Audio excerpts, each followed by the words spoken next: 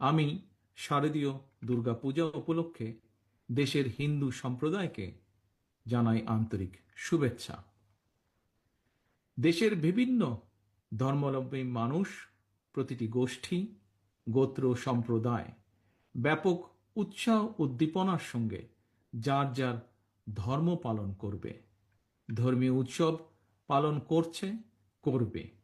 এটি বাংলাদেশের আবহমানকালের ধর্মীয় সামাজিক মূল্যবোধ ও সংস্কৃতির সৌন্দর্য। একজন বাংলাদেশী হিসাবে এর ভিতর দিয়েই পরিস্ফুটিত হয়ে উঠে আমাদের বিভিন্ন ধর্ম, গোত্র, সম্প্রদায়ের মধ্যেকার পারস্পরিক বন্ধুত্ব, সম্প্রীতি, সৌহার্দ্য এবং ভ্রাতৃত্ব।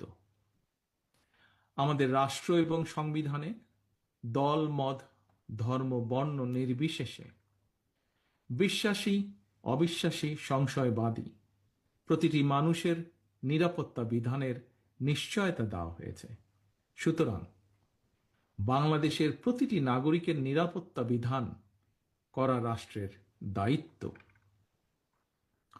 পবিত্র হাদিসেও এ ব্যাপারে নির্দেশনা রয়েছে। যে ব্যক্তি রাষ্ট্রের নিরাপত্তা প্রাপ্ত অমুসলিমকে নির্যাতন করে, তার অধিকার খর্ব করে, তাকে সাধ্যের অতিরিক্ত কাজ চাপিয়ে দেয় বা তাদের অসম্মতিতে ধন সম্পদ হরণ করে নেয়, এ ধরনের জুলুমের বিরুদ্ধে আমাদের প্রিয় নবী তার উম্মতদেরকে সতর্ক করে দিয়ে বলেছেন, কিয়ামতের দিন আমি সেই ব্যক্তির বিরুদ্ধে লড়ব। ফ্যাসিবাদ মুক্ত বাংলাদেশে দেশের একজন নাগরিক হিসাবে অপর নাগরিকের নিরাপত্তা এবং সম্মান রক্ষায় যথাযথ ভূমিকা রাখবে এবং নৈতিক দায়িত্ব পালন করবে, এটিই স্বাভাবিক।